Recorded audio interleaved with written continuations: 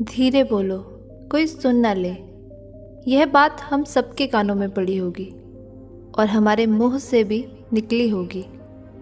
लेकिन सोचने की बात यह है कि यह वाक्य कब कब हमारे मुंह से निकलता है और कब कब हमारे कानों में पड़ता है, क्योंकि ऐसे कम ही गुप्त राज होते हैं जो हम दूसरों के कानों में पड़ने नहीं देना चाहते।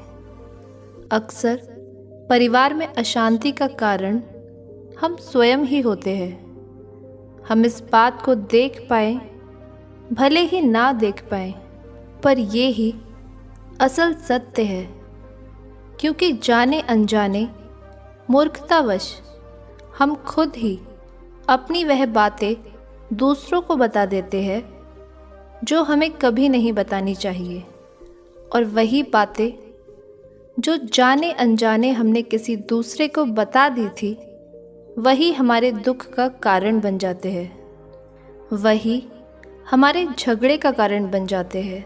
और फिर बाद में हमें पछतावा होता है कि हमें यह बात किसी को नहीं बतानी चाहिए थी। मेरी ही गलती हुई कि मैंने जाने अनजाने यह बात सबको बता दी। इसलिए आज जो कहानी मैं आपको बताने जा रही हूँ, उसे सुनने के बाद आपको ऐसी बातें पता चलेंगी जो आपको कभी किसी को नहीं बताना। ये जो 7 बातें हैं जो आपको किसी को नहीं बतानी, और क्यों नहीं बतानी, इसके पीछे का तर्क भी मैं आपको बताऊंगी। और इन सब बातों के अलावा अगर ऐसी कोई बात रह जाती है जो आपको लगता है कि मुझसे छूट गई, तो आप उसे कमेंट बॉक्स में बता सकते हैं। नमस्कार दोस्तों, दिव्य मोटिवेशन में आप सभी का स्वागत है। इससे पहले कि आप इस कहानी में खो जाए, चैनल को सब्सक्राइब ज़रूर करें। आइए कहानी शुरू करते हैं। एक समय की बात है, एक गांव में एक रिंकू नाम का लड़का रहता था। वह युवक बहुत गरीब था। उसके पास कुछ पैसा नहीं था। 2 वक्त की रोटी भी बड़ी मुश्किल से नसीब होती थी। काम की तलाश में दिन रात खोज करने के बाद भी उसे कोई काम नहीं मिल रहा था। फिर एक दिन उसने अपने पत्नी के सामने अपनी सारी समस्या बता दी। उसने अपनी पत्नी से कहा कि मैं जिस जगह काम मांगने जाता हूँ, वहाँ मुझे यह कहकर मना कर दिया जाता है कि हमें काम की कोई ज़रूरत नहीं। काम की तलाश कर करके थक चुका हूँ। मुझे समझ नहीं आता कि मैं तुम सबका पेट कैसे भरूँगा, अपने बच्चों का लालन पालन कैसे करूँगा, और यही सब चिंता मुझे दिन रात खाए जा रही है। यह सब सुनकर उसकी पत्नी ने कहा कि तुम किसी आदमी के पास किसी काम को मांगने के लिए सिर्फ एक बार जाते हो, और जब वह तुम्हें काम नहीं देता तो तुम दोबारा उसके पास जाते तक नहीं। अगर तुम्हें उस व्यक्ति से काम लेना है तो तुम्हें उससे हमदर्दी जतानी होगी। तुम्हें उससे हमदर्दी हासिल करनी होगी।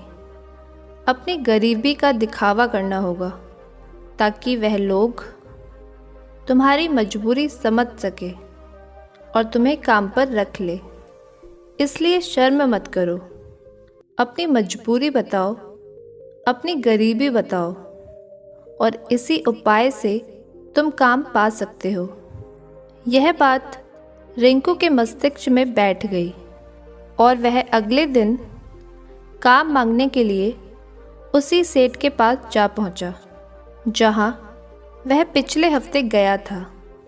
लेकिन इस बार उसने हाथ जोड़कर उस सेठ से प्रार्थना की, विनती की कि वह बहुत गरीब है और उसे काम की बहुत आवश्यकता है। वह उसे जो भी कुछ देंगे वह उससे संतुष्ट हो जाएगा, पर कृपया कर उसे वह काम पर रख ले। उसके ये हालत देखकर उस सेठ ने उसे अपने यहाँ काम पर रख लिया। वह रोज़ वहाँ काम पर जाने लगा। अंदर ही अंदर वह खुश था कि उसे काम तो मिला, लेकिन उसका वेतन अन्य लोगों की तुलना में बहुत कम था। और यही बात उसने अपने सेठ से कही। तो सेठ ने उससे कहा कि देखो भाई, तुम्हें काम की ज़रूरत थी, मैंने तुम्हें काम दिया, और मेरा धन्यवाद करने की जगह तुम मुझसे शिकायत कर रहे हो। ये क्या बात हुई? और ये सुनकर रिंकू वहाँ से चुपचाप चला गया, क्योंकि बात तो सत्य थी।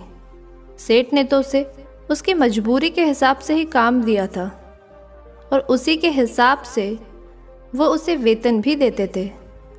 लेकिन धीरे धीरे उसने यह बातें अपने सगे संबंधियों और दोस्तों को भी बताना शुरू कर दी कि उसका सेठ कैसा आदमी है और उसे कितना वेतन देता है।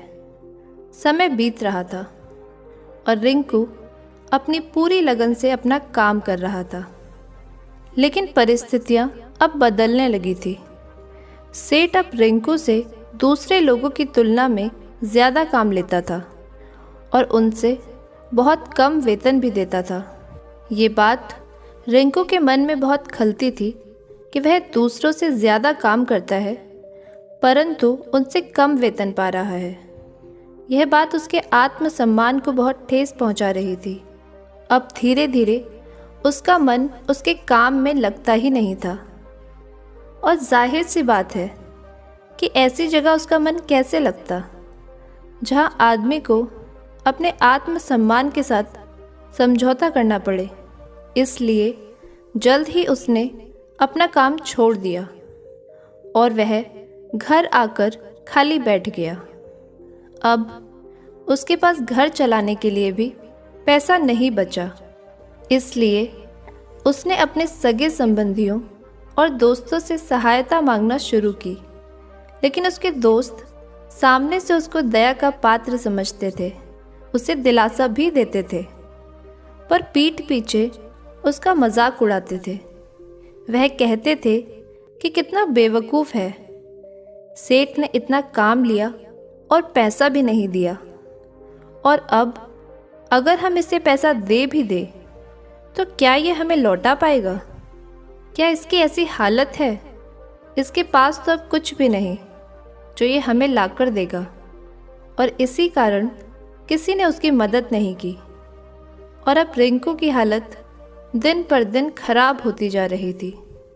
वह बहुत तनाव में रहने लगा, क्योंकि वही सगे संबंधी और दोस्त जिन्हें वह अपना समझता था, जो उसे अपनेपन का दिखावा करते थे, वह तो उसे अब बस दया का पात्र समझते हैं। सबको उसकी हालत पर तरस आ रहा था।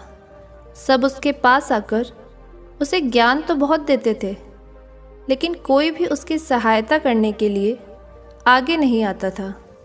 और अक्सर दोस्तों ऐसा ही होता है कि हमें ज्ञान देने वाले तो बहुत मिल जाते हैं, पर हमारी उंगली पकड़कर, हमारा हाथ पकड़कर हमें आगे ले जाने वाला कोई नहीं होता।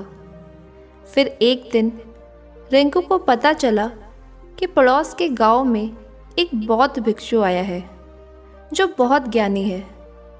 रिंकू इतने तनाव में था कि उसे कुछ समझ ही नहीं आ रहा था, इसलिए जाने अनजाने उस भिक्षु के पास जा पहुंचा और वहां पहुंचकर सीधा उनके पैरों में गिर पड़ा और रोने लगा और उन्हें अपनी सारी परिस्थिति बताई। उसने बताया कि किस तरह उसके सेठ ने उसका फ़ायदा उठाया और उसके अपने सगे संबंधी दोस्त उससे कैसा व्यवहार करते हैं। और ये सारी बातें सुनकर बौद्ध भिक्षु ने उसे शांत कराते हुए कहा कि ये सारी समस्या तुम्हारी बुद्धिहीनता और तुम्हारी मूर्खता के कारण उत्पन्न हुई है।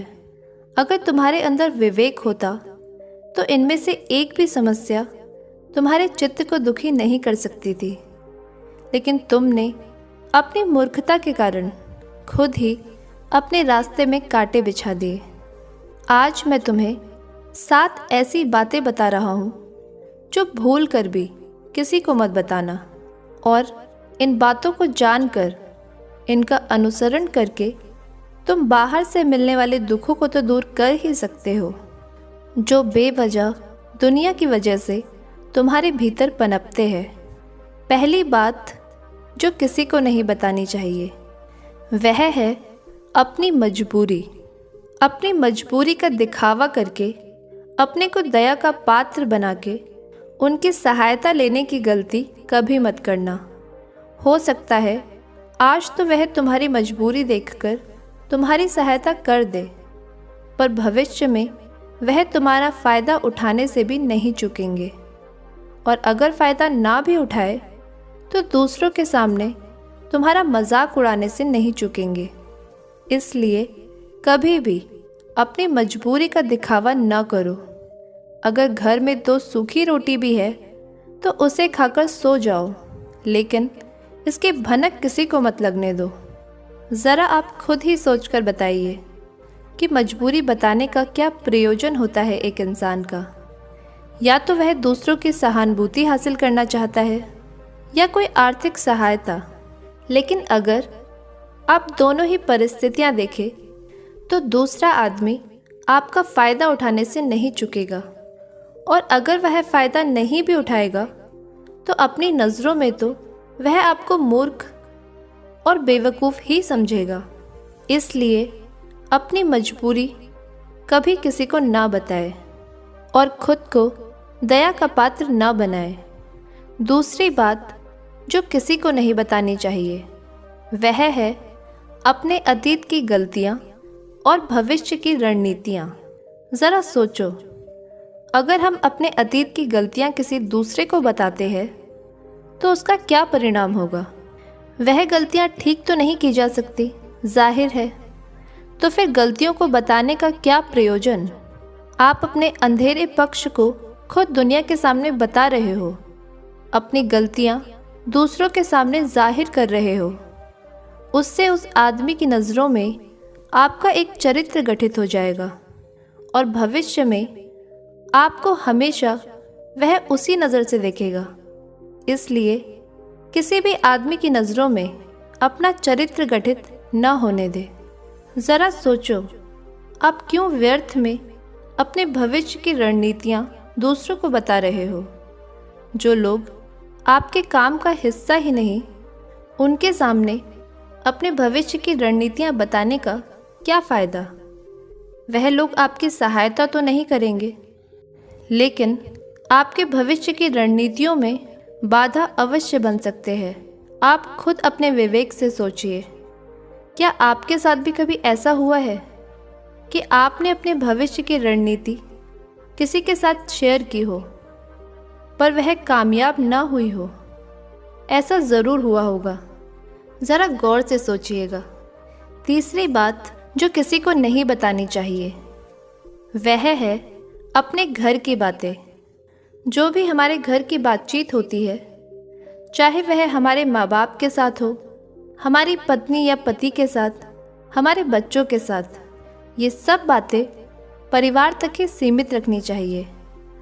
अगर इन बातों का आप दूसरों के सामने ढिंढोरा पीटेंगे तो उन लोगों को आपके घर में घुसने का मौका मिल जाता है, और वह इसका फ़ायदा उठाने से कभी नहीं चूकेंगे। वह आपके परिवार के सदस्यों को आपसे दूर ले जाने की कोशिश करेंगे। अक्सर ऐसा होता है, हम समाज में देखते हैं। हम अपने घर के झगड़ों को कम करने के लिए अपने सगे संबंधियों, अपने पड़ोसियों को इसके बारे में बता देते हैं, पर इससे आपको सहायता कभी नहीं मिलती, बल्कि आपके घर के झगड़े और ज़्यादा बढ़ जाते हैं, और वो जाहिर है और बढ़ेंगे। अगर आप अपने माँ बाप की बातें बाहर बताएंगे या माँ बाप अपने बच्चों की बातें बाहर बताएंगे तो उन्हें बुरा लगेगा ही कि हमारे माँ बाप या हमारा बेटा हमें ना बताकर दूसरों को यह बातें बता रहा है। इसलिए अपने घर की लड़ाई झगड़े, अपने घर की कोई भी बातें बाहर ना बताएं। अगली बात जो मैं आपको बताने जा रही हूँ, जो किसी को नहीं बतानी चाहिए, वह सुनने में बहुत अजीब लग सकती है, लेकिन उसका सत्य भी मैं आपको एक तर्क के माध्यम से समझा दूंगी। अपनी आमदनी कभी किसी को मत बताना। अब अपनी आमदनी किसी को न बताने के पीछे क्या प्रयोजन हो सकता है, ज़रा सोचिए। जब आप अपनी आमदनी अपने दोस्तों को बता देते हैं, तो जब भी कभी आपके दोस्तों को ज़रूरत पड़ेगी तो वह सिर्फ आपको ही याद करेंगे, क्योंकि उन्हें पता है आपकी आमदनी अच्छी है तो सिर्फ आप ही उनकी मदद कर सकते हैं। इसलिए ज़्यादा लोग आपसे सहायता मांगेंगे, और जब आप उनकी सहायता नहीं कर पाएंगे तो वह सोचेंगे कि जब इसके पास इतना पैसा है तो फिर यह आदमी उनकी सहायता क्यों नहीं कर रहा। इसलिए आपकी आमदनी आपके और आपके दोस्त के बीच झगड़े का कारण बन सकती है। यदि आपकी आमदनी कम होगी तो लोग आपका मजाक उड़ाएंगे, और अगर ज़्यादा होगी तो लोग बार बार आपके सामने मदद के लिए आएंगे। तो अपनी आमदनी बताने का कोई प्रयोजन नहीं है। अगली बात जो मैं आपको बताने जा रही हूँ उसे अच्छी तरह से गांठ बांध लेना और किसी को मत बताना। अपनी कमज़ोरियाँ और अपनी ताकत। अक्सर इंसान को पता नहीं होता कि उसकी कमज़ोरी क्या है और उसकी ताकत क्या है, लेकिन अगर आपको अपनी कमज़ोरियाँ और अपनी ताकत मालूम है तो पहली बात तो आप बहुत बुद्धिमान आदमी हैं, लेकिन आपको यह दोनों बातें किसी से शेयर नहीं करनी है, क्योंकि अगर आपकी कमज़ोरियाँ दोस्तों को पता चल गई तो वह आपका फ़ायदा उठाएंगे, और अगर अपनी ताकत बताएंगे तो वही ताकत आपकी कमज़ोरी बन जाएगी, क्योंकि वह ताकत अगर दूसरों को पता है तो वह उस ताकत का काट भी ढूंढ ही लेंगे। अपनी कमज़ोरी और अपनी ताकत यहाँ तक कि अपने पति या अपनी पत्नी को भी नहीं बतानी चाहिए, क्योंकि इसके बाद आपको उनसे घर में हमेशा दबकर रहना पड़ेगा। अगली बात जो किसी को नहीं बतानी चाहिए वह है अपने मित्र और अपने शत्रु। अगर आप अपने मित्रों के बारे में दूसरों को बताएंगे तो वह आपके मित्रों के साथ घनिष्ठता बनाकर आपको धोखा दिलवा सकते हैं। आपके गहरे मित्रों को आपसे दूर करने का प्रयास कर सकते हैं। अक्सर आम आदमी ऐसा नहीं करता, लेकिन आपके दोस्त ऐसा करने की कोशिश कर सकते हैं। और दूसरी तरफ आपके शत्रु का भी किसी को पता नहीं लगना चाहिए, क्योंकि आज जो आपका मित्र है, अगर कल वह आपका दुश्मन हो गया तो वह आपके दुश्मन के साथ मिलकर आपको परास्त कर सकता है, आपको धोखा दे सकता है। इसलिए अपने सबसे अच्छे मित्र को भी अपने शत्रु के बारे में ना बताएं। अगली और आखिरी बात कि जब तुम दान करते हो तो दान के बारे में भी किसी को मत बताना, नहीं तो दान करना व्यर्थ हो जाता है, बेकार हो जाता है। जब आप अपने दान का ढिंढोरा पीटते हो तो आप बता रहे हो कि आप कितने बड़े दानवीर हो, और यह आपके अंदर अहंकार निर्मित करेगा। इसलिए दान गुप्त रूप से ही किया जाए उतना ही अच्छा है, उतना ही फलदायी है। ये 7 बातें जो बौद्ध भिक्षु ने रिंकू को बताए, इनमें संसार के सभी सिद्धांत छिपे हुए हैं। इन बातों का अनुसरण करते हुए आप अपने घर में सुख शांति बना सकते हैं और घर के झगड़े हमेशा के लिए दूर कर सकते हैं। आप इन बातों के विषय में अपने विवेक से भी सोचेंगे तो आपको यह बातें सच मालूम पड़ेंगी। और हमारा कहानी सुनाने का मकसद भी यही है कि आप अपने विवेक को जागृत करें। आप खुद इन बातों के बारे में सोचें जो हम आपको बता रहे हैं।